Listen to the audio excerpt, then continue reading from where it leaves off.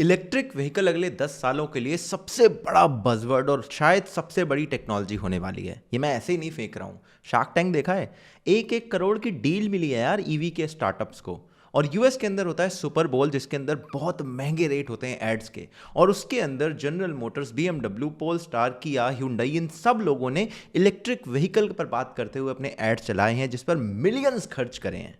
और Indian markets में भी एथर एनर्जी से लेकर ओला तक और टाटा से लेकर मॉर्सन गैराज ने सब ने इलेक्ट्रिक व्हीकल पर काम करना शुरू कर दिया है। कुछ की गाड़ियां आ गई हैं, कुछ की अभी पाइपलाइन में है। और भारत सरकार ने भी इस पर काफी काम करा है। 2030 तक की उनकी एक पॉलिसी है जो बड़े बड़े प्रॉमिसेस करती है।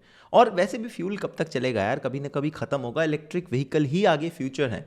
और पिछले कुछ दिनों में टेस्ला के सीईओ के एक ट्वीट ने खूब बवाल मचाया था। तो आइए इस वीडियो में जानते हैं कि भारत के अंदर इलेक्ट्रिक व्हीकल का क्या फ्यूचर है, उससे क्या नुकसान, क्या फायदे हो सकते हैं, भारत की कंपनियां क्या कर रही हैं, सरकार क्या कर रही है। एक एक चीज इस वीडियो में आपको बताऊंगा, मगर उससे पहले कुछ 2-3 अपडेट सुन लो यार। एक तो भाई की शादी हो गई है। इंस्टाग्राम पर जाओ, वहां पर पोस्ट कराए क्या शादी थी, कैसे हुई, क्या हुआ, सब पता चल जाएगा। दूसरा अपडेट है कि सोच रहा हूं यार सेकंड चैनल पर कुछ व्लॉगिंग श्लॉगिंग शुरू करी जाए। रशिया घूमना पसंद करोगे क्या मेरे साथ? और रशिया से याद आया यार, रशिया यूक्रेन के कॉन्फ्लिक्ट में बड़ा बवाल मचा हुआ है, उस पर भी वीडियो जल्दी आएगा। मगर तब तक ये वीडियो देख लो, क्योंकि इसमें आपके लिए एक गिफ्ट है। टेस्ला के शेयर शायद आपको गिफ्ट में मिल सकते हैं अगर आपने इस वीडियो को ध्यान से एंड तक देखा तो। सबसे पहले बात कर लेते हैं सरकारी। भैया सरकार क्या कर रही है, ये सवाल सब लोग पूछ रहे हैं। व्हीकल की ओनरशिप अगर देश में देखी जाए लगातार बढ़ रही है। 2001 में हर 1000 लोगों में 57 लोगों पे गाड़ी होती थी, और आज 2017 का जो डेटा बताता है 197 पहुंच चुका है नंबर। और ये मोस्टली अभी तक फ्यूल वाली गाड़ियां हैं। और भारत पूरी दुनिया में 5वां सबसे बड़ा कार मैन्युफैक्चरर है। तो देश में देखकर लगता है कि बहुत बड़ा पोटेंशियल है फ्यूल व्हीकल को अगर रिप्लेस किया जाए तो। और सरकार भी कह रही है कि 2030 तक हमारा कुछ विजन भी है। वो ये कहती है कि 2030 तक भारत के अंदर 30% कार्स इलेक्ट्रिक व्हीकल होनी चाहिए, 70% कमर्शियल व्हीकल इलेक्ट्रिक व्हीकल होने चाहिए, और 80% से ज्यादा टू व्हीलर इलेक्ट्रिक होने चाहिए। और इस एम की मॉनेटरी वैल्यू बहुत ज्यादा है। 2030 तक 100 मिलियन से ज्यादा इलेक्ट्रिक व्हीकल भारत में बिक सकते हैं, जिसकी मॉनेटरी वैल्यू 200 बिलियन डॉलर से भी ज्यादा हो सकती है। और सिर्फ गाड़ियों में नहीं, बल्कि उसके चार्जिंग इंफ्रास्ट्रक्चर से लेकर बैटरी मैन्युफैक्चरिंग तक और ओईएम्स तक, इन सब जगह ये अपॉर्चुनिटी क्रिएट होगी, जो कि 200 बिलियन से ज्यादा की इन्वेस्टमेंट अपॉर्चुनिटी भी बनकर उभर सकती है। देखो, अगर आप पिछले 3 साल देखो और उसमें इलेक्ट्रिक व्हीकल का नंबर ट्रैक करो, तो ये मात्र 5 लाख है। यानी कि हर साल 1.5-2 लाख से ज्यादा गाड़ियां अभी तक इलेक्ट्रिक नहीं बिकती हैं। तो 2030 तक का जो लक्ष्य है वो बहुत एम्बिशियस लगता है। तो इसमें सरकार अकेले तो काम नहीं करेगी, आप भी करेंगे और आपके साथ साथ कंपनियां भी करेंगी। ऐसे में जो मैंने जिस बात से शुरुआत करी, अपने थंबनेल में जिसका फोटो आप देख कर आए, इलॉन मस्क, इन्होंने भी एक ट्वीट करा था। दरअसल 2 ट्वीट करे थे। एक यूजर ने पूछा था कि कब तक लाओगे यार टेस्ला यहां पर। इन्होंने कहा देखो भैया, इंपोर्ट ड्यूटी इतनी ज्यादा है कि लगता है कि भारत की सरकार इलेक्ट्रिक व्हीकल पर ज्यादा जोर नहीं दे रही है। दूसरे ट्वीट में लिखा कि अभी भी मैं बहुत सारे चैलेंजेस से जूझ रहा हूं भारत में टेस्ला को लाने पर। मगर टेस्ला को भारत में लाने की जो इलॉन मस्क की बात है, उसमें एक बहुत बड़ा कॉम्प्लिकेशन है। भारत की सरकार ये कहती है कि देखो भैया, मेक इन इंडिया का प्लान चल रहा है, यहां आओ, फैक्ट्री बनाओ, गाड़ियां बनाओ, खूब बेचो। लेकिन इलॉन मस्क ये कहते हैं कि नहीं, मैं तो गाड़ियां बाहर से इंपोर्ट करके बेचूंगा। सरकार ने यह भी कहा कि आप इंपोर्ट कर लो, मगर पार्ट्स इंपोर्ट करो, यहां पर एटलीस्ट असेंबल कर लो। मगर उस पर भी इलॉन मस्क शायद उस तरह से राजी नहीं है, क्योंकि वो बार बार कहते हैं कि वो रेडीमेड गाड़ियां लाएंगे, जिस पर सरकार कहती है कि इंपोर्ट ड्यूटी हम ज्यादा लगाएंगे। और यही एक तकरार की वजह बनी हुई है, जिसमें आपने काफी अभी डिबेट पिछले कुछ हफ्तों में सुना होगा। तो ये तो हुई बात एक फॉरेन कंपनी की, जो कि भारत में बिजनेस अपना करना चाहती है, मगर टैक्स के चक्कर में फंसी हुई है। मगर इससे पहले मैं आपको बताऊं कि लोकल कंपनीज क्या कर रही हैं, let me introduce you to our segment sponsor IND. Money. देखिए, आई.एन.डी. मनी एक बड़ा इंटरेस्टिंग सा ऐप है, जिसके अंदर आप एक जगह सिंगल ऐप से बड़े ब्यूटीफुल यूआई के साथ में आप अपने सारे इन्वेस्टमेंट ट्रैक कर सकते हो। यही नहीं, इनका एक और फीचर है जहां पर आप यूएस के स्टॉक्स खरीद सकते हो। आप ये वीडियो यूट्यूब पे देख रहे हो, जो कि गूगल की कंपनी है। अमेजॉन से शॉपिंग करते होगे, नेटफ्लिक्स पे जाकर अभी शो देखोगे।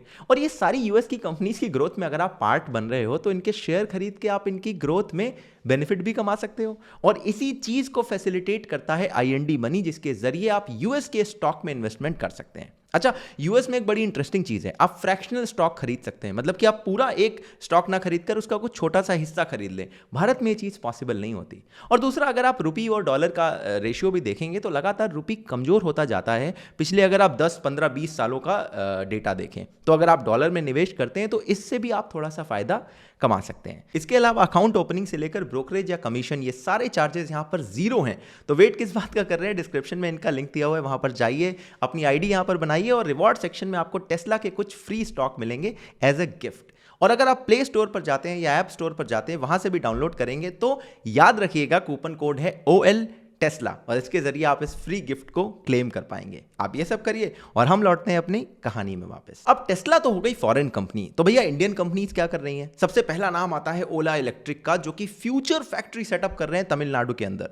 3000 से ज्यादा यहां पर रोबोट्स होंगे, 100 एकड़ से बड़ा फॉरेस्ट होगा, कहते हैं कार्बन नेगेटिव फैक्ट्री होगी जो कि मोस्ट सस्टेनेबल भी होगी, और पूरी दुनिया में टू व्हीलर की सबसे बड़ी फैक्ट्री ये सेटअप कर रहे हैं। और ये कहते हैं ये फैक्ट्री हर साल 10 मिलियन से ज़्यादा व्हीकल बनाएगी, और रिसेंटली इन्हें लगभग $100 मिलियन की फंडिंग भी मिली है अपने इस इलेक्ट्रिक प्रोजेक्ट के लिए। तो पहले जिसकी कैब आप देखते थे, अब वो आपको इलेक्ट्रिक स्कूटर में दौड़ाएंगे। लेकिन अभी इसमें कुछ प्रॉब्लम्स भी हैं।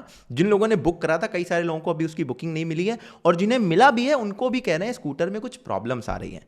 तो ओला इलेक्ट्रिक के अलावा बहुत सारी कंपनीज और निकल कर आ रही है। एथर एनर्जी उनमें से एक बड़ी कंपनी है जो कि काफ़ी पॉपुलर हो रही है टू व्हीलर इलेक्ट्रिक व्हीकल के सेगमेंट में। इसके अलावा hero, revolt Motors, magenta EV, इन्होंने भी 15 से 30 मिलियन डॉलर की फंडिंग रिसेंटली उठाई है। और अगर 3 व्हीलर 4 व्हीलर की बात करें तो ओए rickshaw, Hyundai, Mahindra, Triton, Ashoka Leyland, इन्होंने भी 200 से 400 मिलियन डॉलर की फंडिंग इस सेगमेंट में की है। तो ये चीज़ देखकर समझ में आती है कि भाई इंटरनल मार्केट में भी बहुत सारी हलचल हो रही है, बहुत सारा इन्वेस्टमेंट यहाँ पर लग रहा है, और ईवी को लेकर हर कंपनी बहुत तेजी से तैयारियां कर रही है। मगर अगर इतनी तैयारियां हो रही हैं, इतना ही सब हो रहा है, तो दिक्कत कहाँ पर आती है? क्योंकि आपने देखा पिछले 3 सालों में सिर्फ 5 लाख व्हीकल बिके, ऐसी क्या बात है? तो सबसे बड़ा फैक्टर आता है कॉस्ट।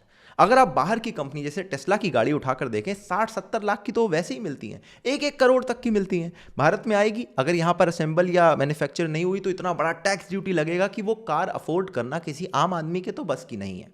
लेकिन इसी चीज़ को सॉल्व कर रहे हैं कुछ इंडियन प्लेयर जैसे कि टाटा मोटर्स। इनका ईवी के मार्केट में 4 व्हीलर में सेगमेंट में 70% शेयर है, मगर इन्होंने गाड़ियां सिर्फ 10,000 बेची थी 2021 में। तो ये समझ में आता है कि इतना बड़ा शेयर है एक कंपनी के पास, मगर उसने सिर्फ 10,000 की सेल करी। वहीं अगर आप इनको फ्यूल वाली गाड़ियों के सेगमेंट में देखें तो इनका शेयर कुछ 13-14% रहता है, और एक साल में इन्होंने तकरीबन 3 लाख से ज़्यादा फ्यूल वाली गाड़ियां बेची हैं। तो ये देखकर समझ में आता है कि ईवी में हलचल बहुत है, इन्वेस्टमेंट बहुत है, प्लेयर्स बहुत हैं, गवर्नमेंट बहुत बात कर रही है, मगर अभी उस बड़े लेवल पर जो अडॉप्शन है वो नहीं हो पा रहा है। अब मान लो लोकल प्लेयर्स ने कॉस्ट का इशू सॉल्व कर दिया, मगर दूसरा बड़ा फैक्टर है चार्जिंग स्टेशन की कमी है। आप घर से निकलो, 5 किलोमीटर पे एक पेट्रोल पंप मिल जाता है, तेल भराओ, आगे जाओ। लेकिन चार्जिंग स्टेशन अगर ईवी की बात करें तो 1000-2000 है पूरे भारत भर में। तो इतने कम चार्जिंग स्टेशन के साथ में कैसे किसी इंसान को भरोसा होगा कि मैं गाड़ी लेकर निकलूं, कहीं डिस्चार्ज हो गई तो क्या धक्का मार के आगे ले जाऊंगा? तीसरा बड़ा प्रॉब्लम है रेंज की। भाई अगर आप सिटी के अंदर चलाते हैं, डेली 5-10 किलोमीटर का कम्यूट है आपका घर से ऑफिस, ऑफिस से घर, तो ठीक है। लेकिन कभी मन किया यार रोड ट्रिप पे चलते हैं, तो गाड़ियों की रेंज इतनी ज़्यादा नहीं है कि आपने एक बार टंकी फुल करी और आप निकल गए, क्योंकि इसमें तो आपका चार्ज खत्म हो गया तो हाईवे के बीच में आपकी गाड़ी खड़ी रहेगी। और अगर स्टेशन हो तो फिर भी आदमी चलो वेट कर ले कि घंटे 2 घंटे में बैटरी भर जाएगी, लेकिन स्टेशन ही नहीं है चार्जिंग के लिए, तो फिर तो गाड़ी आपकी बेकार है अगर आपका लंबा सफर है। ये बड़े चैलेंजेस हैं जो ना सिर्फ भारत में बल्कि ग्लोबल मार्केट में ईवी के एडॉप्शन को रोक रहे हैं। यूएस में इस चीज़ को टेस्ला ने काफ़ी हद तक सॉल्व करा है, बहुत सारे चार्जिंग नेटवर्क खड़े कर दिए हैं पूरे देश में, और कंपनियां भी एक्साइटेड हैं और अपनी रेंज को बढ़ाने पे काम कर रही हैं, बैटरी इंप्रूव कर रही हैं। मगर इसमें समय लगेगा, और वो गाड़ियां जो बहुत अच्छी इंप्रूव बैटरी के साथ आएंगी वो कॉस्टली भी होंगी, तो यार अफोर्ड करना भी भारत के लिए एटलीस्ट मुश्किल हो जाएगा। इसके अलावा 2 और बड़े चैलेंजेस हैं। इलेक्ट्रिक व्हीकल का नाम जब दिमाग में आता है तो लगता है गाड़ी एकदम क्लीन फ्यूल से चल रही होगी, no emission, no pollution, but ऐसा है नहीं। गाड़ी को आप चार्ज करने के लिए जो बिजली यूज कर रहे हो वो कहीं तो बन रही होगी। चार्ट्स देखो तो पता चलेगा इसमें मेजर शेयर आपको कोल का मिलेगा। ये रिन्यूएबल एनर्जी वगैरह के तो छोटा सा पाई चार्ट में बना रहता है। तो जब कोल से आप बिजली बना के वैसे ही पोल्यूशन क्रिएट कर रहे हो और उस बिजली से अपनी गाड़ी चला रहे हो, तो आपकी गाड़ी का जो ओवरऑल एमिशन अगर आप काउंट करोगे तो फ्यूल वाले व्हीकल से कम होगा, मगर फिर भी उसका कंट्रीब्यूशन अभी भी ज्यादा है, जो कि हमें कम करने पर बहुत काम करना होगा। दूसरा बड़ा चैलेंज है कि गाड़ी के अंदर लगती है बैटरी। अब आपके प्लान बड़े बड़े हैं, आपने बड़े बड़े प्रोजेक्शन चार्ट बना दिए कि इस साल तक सारी गाड़ियां रिप्लेस हो जाएंगी, तो सारी फ्यूल की गाड़ियां जब जाएंगी तो इतनी सारी बैटरियां भी तो लगेंगी उन गाड़ियों में। और बैटरियों की एक एज होगी। जब ये बैटरियां खराब हो जाएंगी तो वेस्ट मैनेजमेंट का ऐसा बुरा कंडीशन क्रिएट होगा पूरे दुनिया में, जिसको हैंडल करने के लिए अभी से ही एक्सपर्ट्स परेशान हैं।